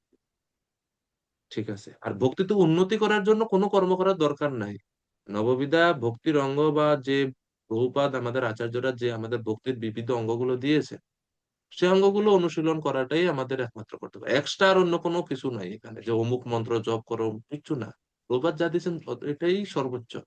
এইগুলোই করতে হবে আরো ঐকান্তিকতা সহকারে। ভাগবত অধ্যয়ন করতে হবে আরো ঐকান্তিকতা সহকারে, নাম জপ করতে হবে আরো ঐকান্তিকতা সহকারে, সাধুদের বৈষ্ণবদের সেবা করতে হবে আরো ঐকান্তিকতা সহকারে। ওই অঙ্গগুলা, আর কিছু না, আর এক্সট্রা কিছু না, এগুলোই সর্বোচ্চতম।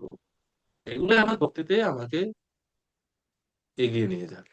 কর্মের কথা মানে আমি বলতে চাই যে ডে টু ডে লাইফে আপনি যে, যেহেতু গৃহে থাকেন, কর্ম করতে হয়, সেই কর্মগুলা করবেন অবশ্যই অনাসক্ত বিষয়ান ইয়াতারহম উপযোজ্যত নির্বন্ধ কৃষ্ণ সম্বন্ধে যুক্ত বৈরাগ্য উচ্চতে, এই নীতি অনুযায়ী। তাইলে আর কোন নতুন করে কর্মফল আমাকে আবদ্ধ করতে পারবে না, নতুন কোনো কর্মফল আমাকে স্পর্শ করবে না। আর যেহেতু আমি ভক্তি যোগের অঙ্গগুলো পালন করছি, তো আমার অলরেডি পূর্ব পূর্ব কর্মফল ধীরে ধীরে নষ্ট হচ্ছে। তাহলে আর চিন্তা কি, নাকি ব্রজদান প্রভু? ঠিক আছে না? না প্রভু, আবার একই সাথে এটাও থ্যাংক আছে ইউ। যে আপনি যখন ভক্তি অনুশীলন করবেন, ভক্তি অনুশীলনের এই মনোভাব নিয়ে ভক্তি অনুশীলন করবেন না যে আমার কর্মফল নাশ করবো আমি। ভক্তি যোগের অনুশীলনের মনোভাব হচ্ছে এটা কৃষ্ণ সন্তুষ্টি। কর্মফল না, সেটা বাই প্রোডাক্ট, এটা হয়ে যায় অটোমেটিক। তো এই তো ভক্তির আপনার না এটা। এই উত্তরে আমি খুব উপকৃত হয়েছি, কিন্তু তারপরেও কি হয় মাঝে মাঝে আহ, ওই ভাবে কখনো কখনো স্থিতি থাকতে পারি না, যে আমি ব্যবসা করছি এটা ভগবানের জন্য, আমার স্ত্রী পুত্র আত্মীয় স্বজন ঘর বাড়ি এটা সব ভগবানের জন্য। মাঝে মাঝে কখনো এখান থেকে আহ, অচ্যুত হয়ে যায় যে এটা ভগবানের না, এটাই আমার। সেই জন্য ভয় হয় যে আমি কি করছি, এই কারণে প্রশ্নটা আপনার করেছে আর কি। এটা হরে কৃষ্ণ। স্বাভাবিক, এটা শুধু আপনার যে হয় এরকম না, এটা সবাই আমরা মোটামুটি, যেহেতু আমরা উম, মায়া, মায়ার দ্বারা প্রভাবিত, তো তো ভুলে যাওয়ার প্রবণতা তো, ভ্রম প্রমাদ বিপ্রলিপসা করণা পাঠক তো আছে সকলের মধ্যেই। আমার মধ্যেও আছে, প্রায় অনেকের মধ্যেই আছে এটা। তো এই জন্য করণীয় হচ্ছে বারবার করে এই বিষয়গুলো শ্রবণ করতে হবে। তত্ত্ব বা ফিলোসফি বা দার্শনিক জ্ঞানটা খুব বেশি যেন স্ট্রং থাকে আমার। কারণ আমরা তো এখন তো নবীন, মানে আমি যদি নিজেকে নবীন মনে করি, তাহলে তো আমার, দেখেন, এটা কাদা মাটির উপর যদি আপনি একটা বিল্ডিং তৈরি করতে চান, তাহলে তো আপনাকে ভিত্তিটা খুব শক্ত করতে হবে, মানে বেসটা খুব গভীরে নিতে হবে। গভীরে না নিলে তো বিল্ডিং টিকবে না। তা আমি যেহেতু ভক্তিতে নবীন আছি, যে আমার হৃদয়টা এখনো শক্ত না, তো শক্ত করার জন্য কি দরকার? গুরু বৈষ্ণবদের কাছ থেকে বেশি বেশি করে শুনতে হবে। যত বেশি শুনবো ভিত্তিটা তত দৃঢ় হবে, কঠিন হবে, কঠিন হবে, কঠিন হবে। তখন আর ভক্তিটা মানে এটা নড়বে না, তখন শক্ত থাকবে। এই জন্য নিত্যম ভাগবত সেবা নির্দেশ এই কারণে দেওয়া হয়েছে, কারণ আমরা ভুলে যাই। এখন আমি আলোচনা করতেছি, হয়তো 1 ঘন্টা পরে আমিও ভুলে যাই। এটাই স্বভাব, এটা মায়া এত শক্তিশালী যে মায়া আপনাকে ভুলে দিবে। এই জন্য বারবার করে শুনতে হবে, বারবার করে শুনতে হবে। কারণ ভোগ বাসনা বা ভোক্তা মনোভাব তো ইনজেক্ট করা মায়ার কাজ। আর গুরু বৈষ্ণবদের কাজ হচ্ছে দাস মনোভাব ইনজেক্ট করা। ওনারা এসে আপনাকে বলে তুমি দাস, মায়া মনে করাবে আপনাকে যে তুমি হচ্ছে প্রভু। তো এই ভাব তো চলে আসতেছে প্রভু, এটা তো খালি মায়া সবাইকে আক্রমণ করতেছে না। এমন না যে আপনি গৃহে আছেন বললে আপনার এই ভাব আসতেছে, যারা ত্যাগী আশ্রম আছে তাদেরও আসতে পারে। মায়া কারণে ছাড়ে না প্রভু, মায়া কারণে। তো এই জন্য মনে, আমরা কেউই মুক্ত নাই হাতে। এই জন্য সবসময় এই শ্রবণ কীর্তনে জ্যেষ্ঠ ভক্তদের আনুগত্যে থেকে শ্রবণ কীর্তনে যুক্ত থাকতে হবে, তাদের আনুগত্যে, তাদের আন্ডারে, তাদের নির্দেশ মতো ভক্তিযোগ অনুশীলন করতে হবে। স্বাধীন জীবনের কোনো সুযোগ নাই ভক্তিতে। অনেক সময় হয় এটা।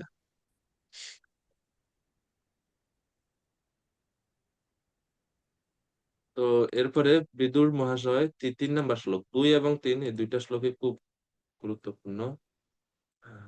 3 নাম্বার শ্লোকে এখন তিনি বলছেন বৈষ্ণবদের মহিমা, ভগবানের প্রতিনিধিদের কথা বলছেন, যে বদ্ধজীবের কথা তো বলছেন, যে বদ্ধজীবের কত দুর্গতি, বদ্ধজীবের কত দুর্গতির কথা তো তিনি বলছেন। আহ একটা সুন্দর শ্লোক আছে, 1 মিনিট।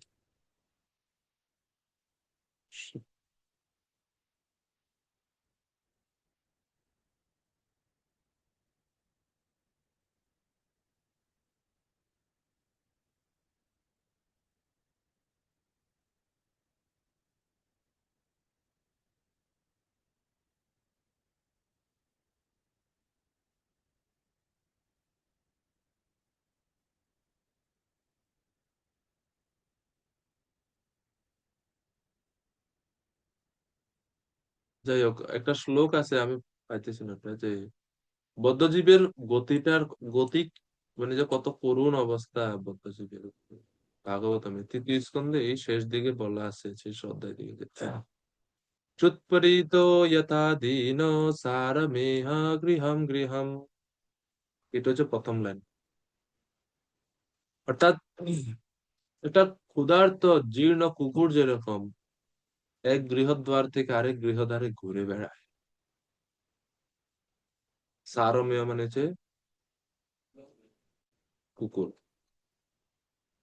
সেই রকম বদ্ধজীব একটু সুখ লাভের আশায় এই কুকুরের মতন ঘুরে বেড়াচ্ছে। ওখানে আরো একটু কঠিন ভাবে বলা আছে,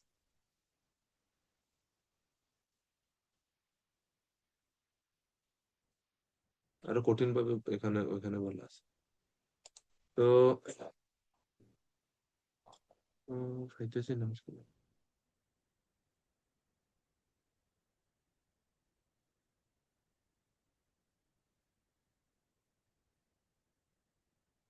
তো এখন এই বদ্ধজীবদের এই দুঃখ দুর্দশা দেখে, বা এই দুঃখ দুর্দশা থেকে তাদেরকে মুক্ত করার জন্য এই সাধুরা ভ্রমণ করেন। সাধুরা বলতে বিদুর মহাশয় মৈত্র ঋষিকে ইঙ্গিত করে বলছেন যে আপনি হচ্ছেন ভগবানের প্রতিনিধি। পতিত বদ্ধ জীবদের অনুগ্রহ করার জন্য আপনারা সমগ্র পৃথিবীতে বিচরণ করেন এবং বদ্ধ জীবদেরকে উদ্ধার করেন। খুবই গুরুত্বপূর্ণ শ্লোক, 3 নাম্বার শ্লোক। জনস্য কৃষ্ণাৎ বিমুখা সদৈবাৎ अधर्मशीलस्य सुदुःखितस्य अनुग्रहाय चरन्ति नूनम् भूतानि भव्यानि जनार्दनस्य। দৈবাত, দৈবাত মানে হচ্ছে অনাদি কর্মফলে জীব কৃষ্ণাৎ বিমুখস্য, ভগবত পরাণ মুখ হয়ে, অধর্মশীলস্য, অধর্মে অর্থাৎ পাপ আচারে লিপ্ত হয়ে, সুদুঃখিতস্য, কঠিন, সুকঠিন দুঃখ সে অনুভব করে আসছে। এই সমস্ত জনস্য বা জীবদের অনুগ্রহায়, কৃপা করার জন্য, নূনম, নিশ্চিত রূপে, নিশ্চিত রূপে বদ্ধ জীবদের কৃপা করার জন্যই, জনার্দনস্য ভব্যানি ভূতানি চরন্তি। জনার্দনস্য মানে ভগবান শ্রী বিষ্ণুর যারা অনুচরগণ, অর্থাৎ আপনারা ভক্তরা, চরন্তি সংসারে বিচরণ করেন। আপনাদের বিচরণের আর অন্য কোনো দ্বিতীয় উদ্দেশ্য নাই, একটাই উদ্দেশ্য। কি উদ্দেশ্য? ভক্ত বদ্ধজীবদের করুণা প্রদর্শন করা। তো হে মৈত্রেয় ঋষি, আপনাদের জীবনের উদ্দেশ্যই এটা। তো কৃপা করে আপনি বলুন বদ্ধজীবদের কিভাবে মুক্তি লাভ হবে, কিভাবে তারা দুঃখ থেকে রক্ষা পাবে, এটা আপনার কাছে জিজ্ঞাসা। এবং আমরা দেখি যে চৈতন্য চরিতামৃত এরকম অনুরূপ একটা পয়ার ছন্দের শ্লোক আছে যে মহান্তের স্বভাবেই তারিতে পামর, নিজ কার্য নাহি তবু যায় তার ঘর। নিজ কার্য নাই, তারপরেও তারা অন্যের গৃহে যায় কেন? এটাই তাদের স্বভাব, এটাই তাদের স্বভাব। এবং একাদশ স্কন্ধেও এরকম একটা শ্লোক আছে। আহ,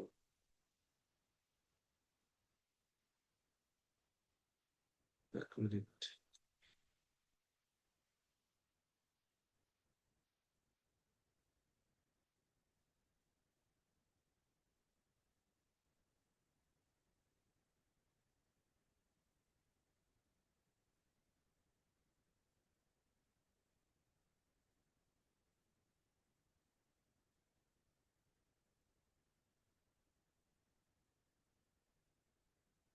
আহ,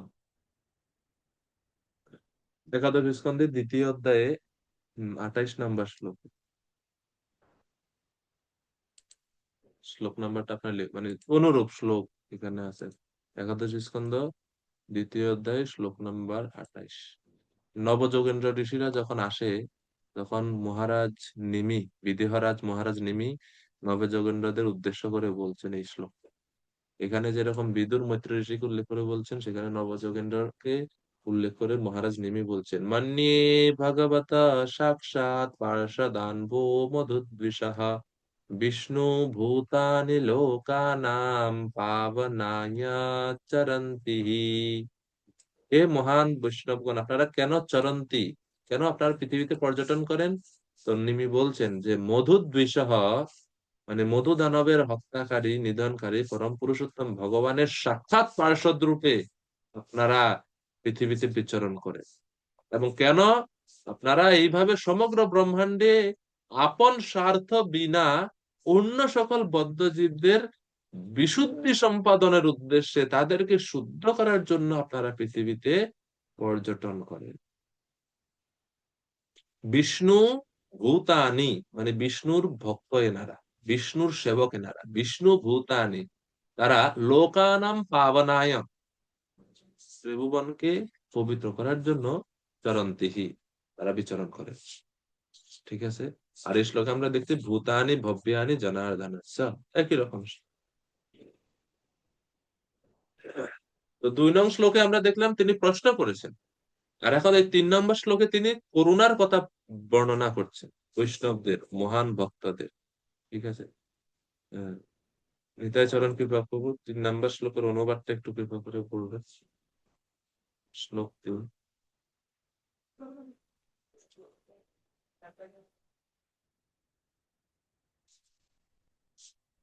হরে কৃষ্ণ প্রভু, আমার কাছে বাংলা বইটা তো নাই প্রভু। ও আচ্ছা আচ্ছা, ঠিক আছে। হে প্রভু, বহিরঙ্গা শক্তির প্রভাবে কৃষ্ণ বহির্মুখ অধর্মপরায়ণ অত্যন্ত দুঃখ দুর্দশাগ্রস্ত ব্যক্তিদের অনুগ্রহ করবার জন্য পরোপকারী মহাপুরুষেরা ভগবানের প্রতিনিধি রূপে এই মর্তলোকে পরিভ্রমণ করে। এটা হচ্ছে তাদের তো শ্লোকের অর্থ। এই শ্লোকে দেখেন বদ্ধজীবের দুঃখের কারণ কি। প্রথম কারণ হচ্ছে কৃষ্ণাদ বিমুখ। যেহেতু কৃষ্ণাদ বিমুখ, এর পরের স্টেপ হচ্ছে অধর্মশীল। যেহেতু সে অধর্মশীল, এরপরে স্টেপ হচ্ছে সুদুঃখিত। দুঃখ কেন পাই আমরা? এর মূল কারণ কি? অধর্ম? না, অধর্ম তো কারণ, এরও আগে আরেকটা কারণ আছে, সেটা হচ্ছে ভগবত বিমুখতা। তো ভগবত উন্মুখতাই হচ্ছে আমাদের সুখের, চিন্ময় সুখের প্রকৃত মাধ্যম, প্রকৃত মাধ্যম। এবং আমরা সুখদেব গোস্বামীর ক্ষেত্রে আমরা দেখি, সেখানেও সে বলা হচ্ছে যে প্রথম স্কন্ধে একটা শ্লোকে সুখদেব গোস্বামীর করুণার কথা প্রকাশ করা হচ্ছে। সুখদেব গোস্বামীকে যখন প্রণাম করলেন, সেখানে বলেছে यत्सानुभावमखिल श्रुतिसारमेकम् अध्यात्मदीपमतितितीर्षतां तमन्धम् সংসারিনাম করুণায়া। দেখেন, সংসারী ব্যক্তিদের করুণা করার জন্য সংসারিনাম করুণায়াহ পুরাণ গুহ্যম তম ব্যাস সূনমুপয়ামি গুরুম মুনীনাম। তো এখানে সুখদেব গোস্বামীর কথা বলে যে তিনি অধ্যাত্ম দীপম, এই ভাগবত জ্ঞান দিয়ে লোকের তম অন্ধকে দূর করেন এবং সংসারী জীবদের করুণা করে তাদের কাছে তিনি পুরাণ গুহ্যম, এই গোপনীয় জ্ঞান, ভাগবতের জ্ঞান তিনি প্রকাশ করেন। তো এই জন্য আহ আমাদের গৌরাঙ্গ দর্শন প্রভু তিনি বলেন যে,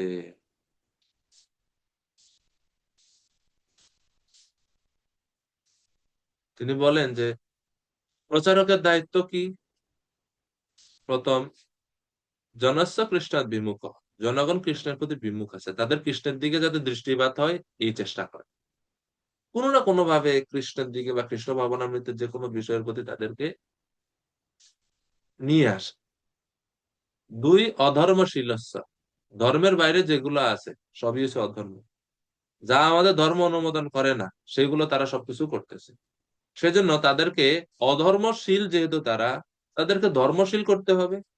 সেই জন্য তাদের কাছে পরধর্ম শিখাতে হবে, সকাম কর্মমূলক ধর্ম না, জড় ধর্ম না, পরধর্ম। সবই পুংসাম পরধর্ম যত ভক্তির অদক্ষজে অহৈতুকী অপ্রতিহতা ইয়ৎমা সুপ্রসিদতি। যেহেতু তারা দুঃখ পাচ্ছে, তাদের সুপ্রসিদতি বা তাদের আত্মাকে সুপ্রসন্ন করার জন্য আমাদেরকে অধর্মশীলের জায়গা তাদেরকে ধর্মশীল করতে হবে। আর ধর্মশীল করার জন্য তাদেরকে পরধর্ম, তার ভক্তি অদক্ষ, যে পরমেশ্বরের প্রতি ভক্তি পন্থা, তাদেরকে আস্তে আস্তে আস্তে আস্তে শিখে দিতে হবে। আর এর ফলেই 3 নাম্বার কাজ হয়ে যাবে, অর্থাৎ দুঃখ দূর হয়ে যাবে। প্রচারকের কাজ জীবের দুঃখ দূর করা। তো জীবের দুঃখ দূর করা তখন হয়ে যাবে অটোমেটিক, জীব তখন চিন্ময় আনন্দ অনুভব করবে। আমাদের গুরু মহারাজ বলেন যে কৃষ্ণে মতিরস্ত, যেন উনি মূল আশীর্বাদ করেন। আশীর্বাদ উনি এটা করেন তোমার দুঃখ দূর হোক, ওনার আশীর্বাদ হচ্ছে কৃষ্ণের মতিরস্ত, এই আশীর্বাদ হচ্ছে মূল আশীর্বাদ। আচার্যরা যখন কোনো কিছু বলেন, হয়তো কথাটা ছোট, কিন্তু এটার মধ্যে সব সমাধান আছে। জীবের দুঃখর মূল কারণ কি? কৃষ্ণের বিমুখতা।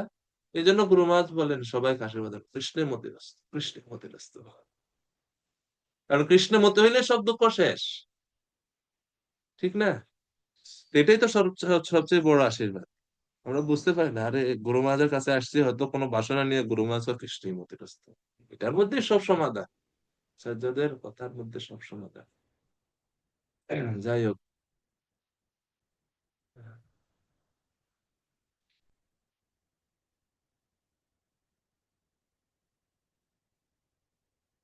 এই জন্য কৃষ্ণের জীবের স্বরূপ হয় কৃষ্ণের নিত্য দাস, এই ভাবটা আমাদের রাখা উচিত।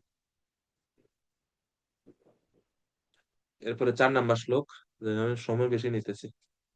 তৎসাদ্বর্যাদিশবর্ত্মশম না সম্রাদিতো ভগবান্যন সম্রাদিতো ভগবান येन পুংসাম হৃদি স্থিতো यच्चति ভক্তিপুতে জ্ঞানম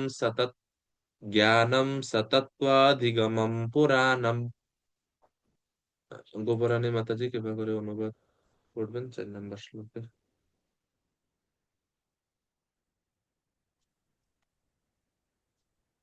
হরে কৃষ্ণ, প্রণাম প্রভু।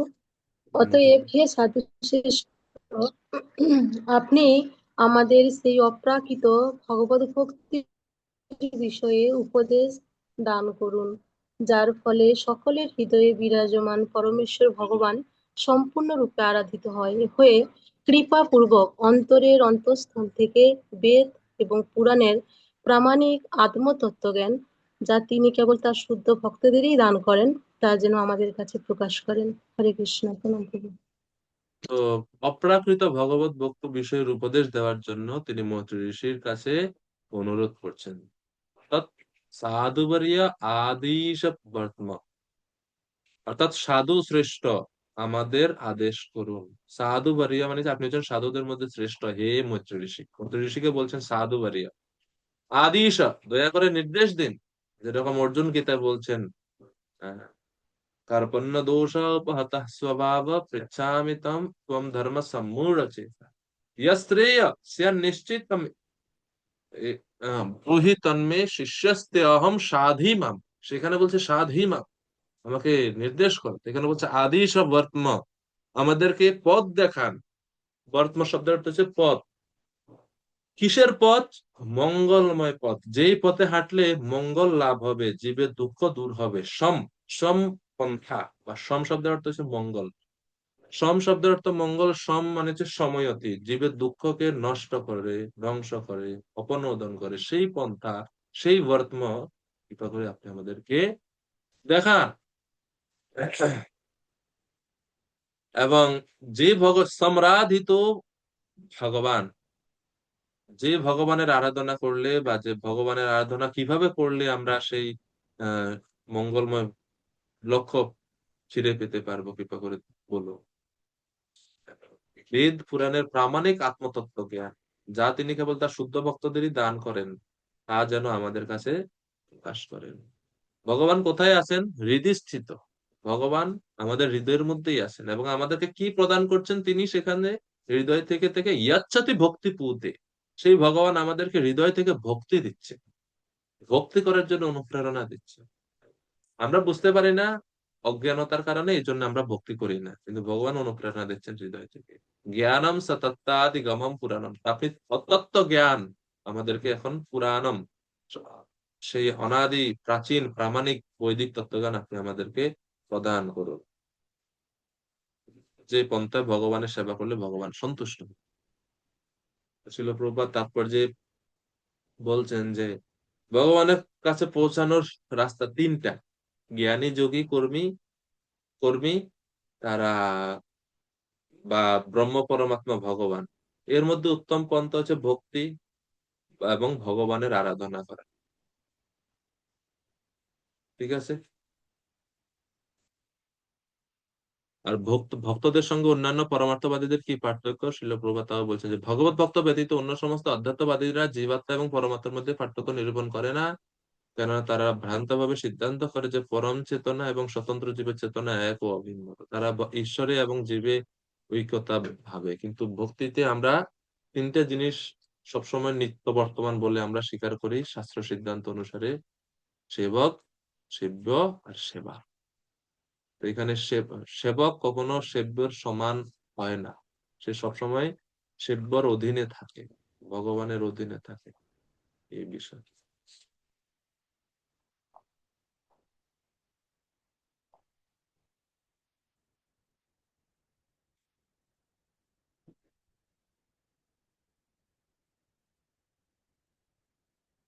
তো মৈত্র ঋষিকে বিদুর এভাবে অনুরোধ জানাচ্ছেন যে আপনি সাধকদের মধ্যে শ্রেষ্ঠ, আপনি অকৈতব উপদেশ প্রদান করতে সমর্থ, আপনি কৃপা করে ভক্তি তত্ত্বমূলক বা ভক্তি যে সুনির্মল পন্থা, বদ্ধ জীবের যেই পন্থা অবলম্বন করলে জীব মঙ্গলময় গতি লাভ করতে পারবে, তা কৃপা করে আপনি আমাদের কাছে বলুন। আপনি তত্ত্বগতভাবে নিষ্ণাত, অত্যন্ত নিষ্ণাত, আপনি উপদেশ দেওয়ার যোগ্য।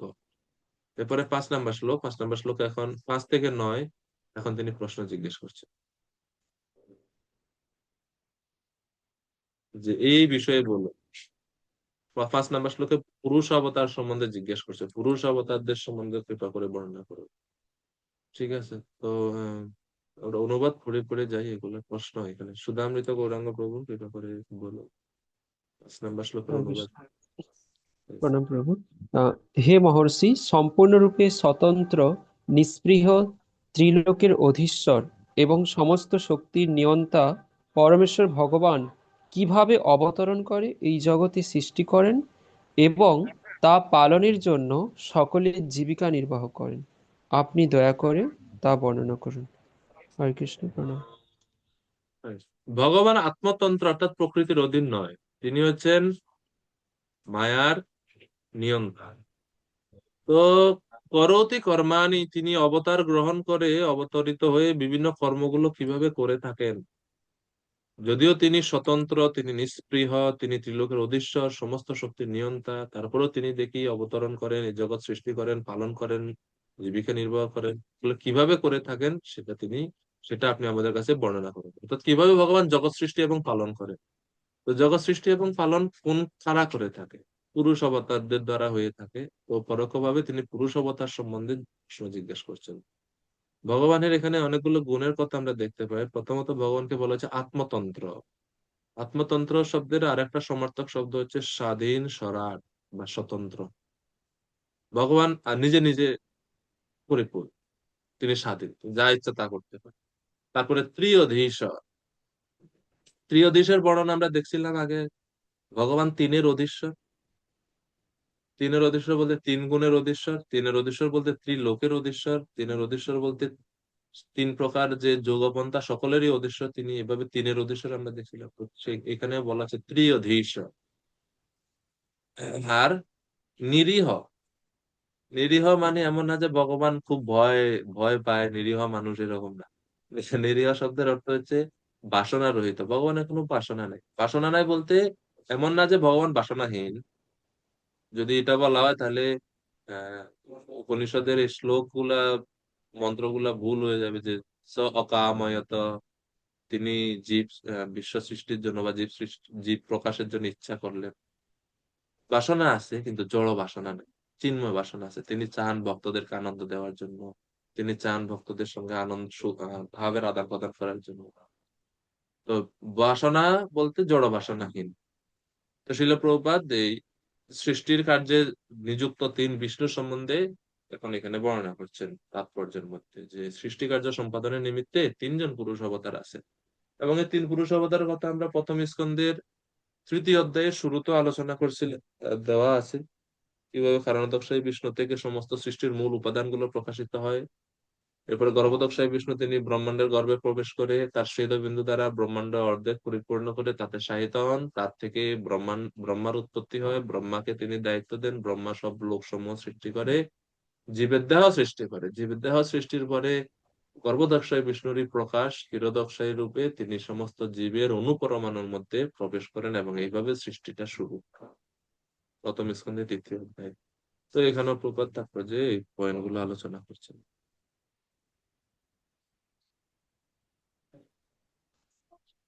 এরপরে 6 নম্বর শ্লোক। 6 নম্বর শ্লোকে তিনি ভগবানের স্বরূপ সম্বন্ধে জানার জন্য প্রশ্ন করছেন। বলতে মানে স্পেসিফিকলি বলতে গেলে বিরাট রূপ সম্বন্ধে জানার জন্য প্রশ্ন করছেন। বিরাট রূপ সম্বন্ধে। হ্যাঁ, দীপ্তিময় প্রভু কৃপা করে অনুবাদ করুন 6 নম্বর শ্লোকের। তিনি তার হৃদয় আকাশে শয়ন করেন এবং এইভাবে সমস্ত সৃষ্টিকে সেই স্থানে স্থাপন করে তিনি বিভিন্ন জনিতে প্রকাশিত বহু জীব রূপে নিজেকে বিস্তার করেন। তাকে আর ভরণ পোষণের জন্য কোনো রকম প্রচেষ্টা করতে হয়, কেননা তিনি সমস্ত যোগ শক্তির অধিষ্ঠান এবং সবকিছুর অধিপতি। এইভাবে তিনি সমস্ত জীব থেকে পৃথক।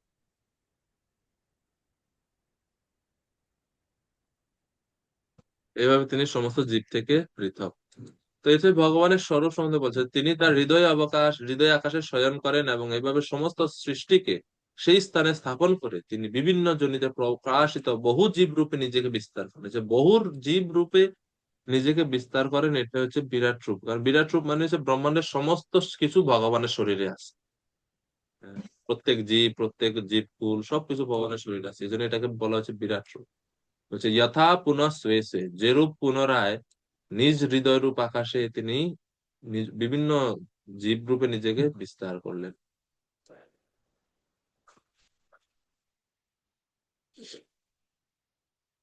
এবং অনুপ্রবিষ্ট, তিনি জীবদের মধ্যে অন্তর্যামী রূপে তাদের মধ্যে প্রবাস করেন এবং বহুদা অর্থাৎ বিভিন্ন ভাবে নিজেকে বিস্তার করেন, দেবতা রূপে, মনুষ্য আদি রূপে, পূর্বে যেরকম ছিল এরকম ভাব।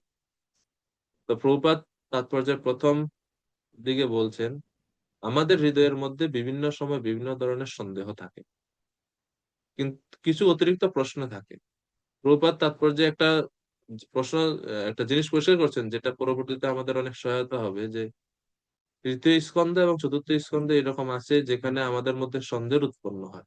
সৃষ্টিতত্ত্ব সম্বন্ধে আপাতত মত বিরোধ হয়ে থাকে অনেক। আসলে এক জায়গায় এটা বলা আছে, আরেক জায়গায় এটা বলা আছে। তো প্রভুপাদ বলছেন যে বিভিন্ন শিক্ষার্থী সেই সম্বন্ধীয় প্রশ্নগুলোকে বিভিন্ন আচার্যরা ভিন্ন ভিন্ন ভাবে উত্তর দিয়েছেন। সৃষ্টিতত্ত্ব এবং তার উপর ভগবানের নিয়ন্ত্রণ সম্বন্ধে কোনো মতবিরোধ নেই,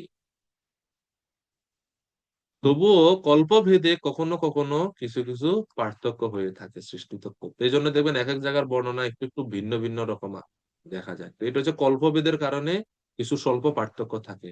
বিরাট আকাশ ভগবানের ভূতাত্মক শরীর, যাকে বলা হয় বিরাট রূপ, এবং সমগ্র জড় সৃষ্টি সেই আকাশে বা ভগবানের হৃদয়ে বিশ্রাম করছে। তাই জড় দৃষ্টিতে প্রকাশিত প্রথম ভৌতিক অভিব্যক্তি আকাশ থেকে শুরু করে ভূমি পর্যন্ত সবকিছুকে বলা হয় ব্রহ্ম। ভগবান ব্যতীত আর কিছু নেই এবং তিনি এক ও অদ্বিতীয়। জীবের হচ্ছে ভগবানের উৎকৃষ্ট শক্তি, কিন্তু জড়া প্রকৃতি তার নিকৃষ্ট শক্তি। এই দুই শক্তির সমন্বয়ের ফলে জড় জগৎ প্রকাশিত হয়, যা ভগবানের হৃদয়ে অবস্থিত। তো সৃষ্টির তত্ত্ব সম্বন্ধে আপাত মতবিরোধ এটা সমাধান করা যাবে যে বিভিন্ন আচার্যরা ভিন্ন ভিন্ন মনোভাব ব্যক্ত করেন এবং কল্পভেদে কিছু পার্থক্য হয়ে থাকে কোনো কোনো লীলাতে, সেইটা। এবারে 7 নম্বর শ্লোকে তিনি লীলাবতারদের সম্বন্ধে জানার জন্য প্রশ্ন করছেন। ক্রীড়ন বিদত্তে দ্বিজগো সুরানাম ক্ষেমায় কর্মাণি অবতার ভেদৈ মনো ন তৃপ্যাতি মনো ন তৃপ্যাত্যপি শ্রীনাথম ন শুশ্লোক মৌলে শুশ্লোক মৌলেশ্চরিতামৃতানি। ব্রাহ্মণ, গাভী এবং দেবতাদের কল্যাণ সাধনের জন্য যে ভগবান বিভিন্ন রূপে অবতরণ করেন, তার অমৃতময় চরিতাবলী আপনি আমাদের কাছে দয়া করে বর্ণনা করুন। তার অপ্রাকৃত কার্যকলাপ নিরন্তর শ্রবণ করা সত্ত্বেও আমাদের মন কখনো পূর্ণরূপে পরিতৃপ্ত হয় না। এই শ্লোক পড়ে আপনাদের কোন শ্লোকের কথা মনে পড়ে? ভগবানের কোন প্রণাম মন্ত্রের কথা?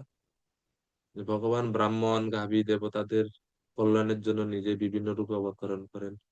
দ্বিজ গো সুরানাম সেই দ্বিজ মানে ব্রাহ্মণদের, গো মানে গাভীদের, এবং সুর মানে দেবতাদের মঙ্গলের জন্য তিনি অবতার ভেদই বিভিন্ন অবতার রূপ ধারণ করেন। কোন শ্লোকের কথা মনে পড়ে কি? নমো ব্রহ্মণ্য দেবায় গো ব্রাহ্মণ্য হিতায় চ। এই শ্লোকে আছে ভগবান ব্রাহ্মণদের কল্যাণের জন্য, গাভীদের রক্ষার জন্য আসে। অবতার ভেদই মানে বিভিন্ন অবতার, যেমন মৎস্য, কূর্ম, বিভিন্ন অবতার, যখন যেই অবতারের প্রয়োজন সেই রূপ ধারণ করে তিনি আসেন। এবং ক্রীড়ন বিদত্তে, তিনি বিবিধ প্রকার ক্রীড়া করে থাকেন। ক্রীড়া বলতে কর্ম, ভগবান এসে বিভিন্ন ধরনের কার্য করে থাকেন বিভিন্ন অবতারে। এবং সেই সমস্ত কথা শ্রবণে আমরা তৃপ্ত না, বিদুর বলছে বয়ম মনো ন তৃপ্যতি অপি ছিন্নতাম নহ, সেই সমস্ত কথা শুনে আমরা তৃপ্ত হই না। সুশ্লোক মৌলে চরিতামৃতানি, ভগবানের চরিত কথা হচ্ছে অমৃত সদৃশ। তো অমৃত পানে কি কেউ সন্তুষ্ট হয়, তৃপ্ত হয়? এবং ভগবানের কথা হচ্ছে সুন্দর মধুর শ্লোকের দ্বারা রচিত। সুশ্লোক, সুশ্লোক বা উত্তম শ্লোক। ভগবানের নাম হচ্ছে উত্তম শ্লোক। আর উত্তম শ্লোক ভগবানের সেবা যারা করে তাদের অর্থাৎ ভক্তদের নাম হচ্ছে পুণ্য শ্লোক। ভক্তদেরকে বলা হয় পুণ্য শ্লোক বলে। এবং আমরা প্রথম স্কন্ধ একটা এরকম অনুরূপ একটা শ্লোক আছে, আপনাদের মনে আছে কারো, যে ভগবানের কথা শুনে কোনো তৃপ্তি নাই? অনুরূপ শ্লোক একটা আছে, সবসময় আনন্দ বর্ধিত হয়, কোনো তৃপ্ত হই না আমরা। প্রথম স্কন্ধে প্রথম অধ্যায়ে, वयं तु न वितृप्यामः उत्तम श्लोक विक्रमे यत् शृण्वतां रसज्ञानां साधु साधु पदे पदे। 1:19 চৈতন্য মহাপ্রভু বলছেন, আনন্দাম্বুধি ভরদনম প্রতিপদম পূর্ণামৃতা সাধনম। শ্রীমদ্ ভাগবতমে আরেক চোখে বলা আছে,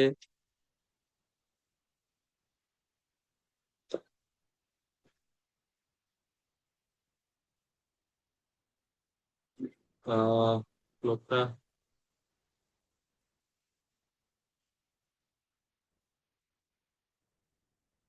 মনে আসতেছে না এখন।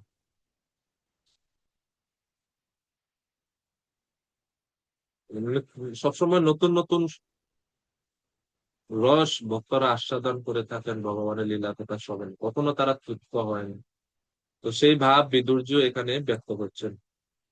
তো শিল প্রভুপাদ তাৎপর্য বলছেন যে কিভাবে গাভী এবং দেবতাদের রক্ষা করা বর্তমান সময়ে কত গুরুত্বপূর্ণ। আর সুশ্লোক মৌলে চরিতামৃতানি, এই শব্দ ব্যাখ্যা প্রভুপাদ দ্বিতীয় প্যারাগ্রাফে করছেন, যে ভালো গল্প বর্ণনা শোনার প্রবণতা মানুষের আছে, এই জন্য ভগবান শ্রীকৃষ্ণ এই জগতে আসেন এবং বিবিধ ক্রীড়া করে সুন্দর সুন্দর ওনার লীলা রেখে গেছেন গ্রন্থের মাধ্যমে, যেন আমরা সেগুলো পড়ে চিত্ত শুদ্ধি করতে পারি এবং আমরা এই জড়বন্ধন থেকে মুক্ত হতে পারি। এবং ভগবানের কথা অনেক পুরানো হলেও সেটা কখনো পুরাতন না, সেটা সবসময় নিত্য নতুন ভাব, নিত্য নতুন রস ভক্তদের প্রদান করে থাকে,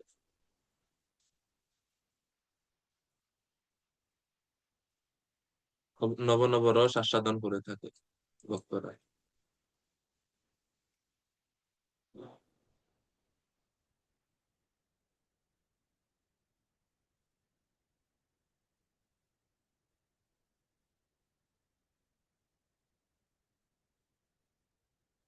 এটা হচ্ছে যেটা মনে করতেছিলাম, এটা একবারে শেষে আছে ভাগবতমের দ্বাদশ স্কন্ধে। তদেব রম্যম রুচিরাম নবম নবম তদেব শশ্বন মনসো মহোৎসবম তদেব শোকার নবশোষণম নৃণাম যদ উত্তম শ্লোক যশোনুগীয়তে। উত্তম শ্লোক যশ, ভগবানের যশ কীর্তন যখন করা হয় সেটার ফলে প্রথমত রম্যম রুচিরম নবম নবম, নতুন নতুন রস আস্বাদন করি আমরা। শস্বন মনসো মহোৎসব, মনের দিব্য মহা উৎসবের মতো অনুভব হয় ভগবানের কথা শ্রবণে। এবং শোক অর্ণব শোষণম, শোকের সাগর শুকিয়ে শুকিয়ে যায়, নিশ্চিহ্ন হয়ে যায় জাস্ট ভগবানের কথা শ্রবণের। এই তিনটা ফল এই শ্লোকে বলা আছে, 12-12-50 শ্রীমদ্ ভাগবতম।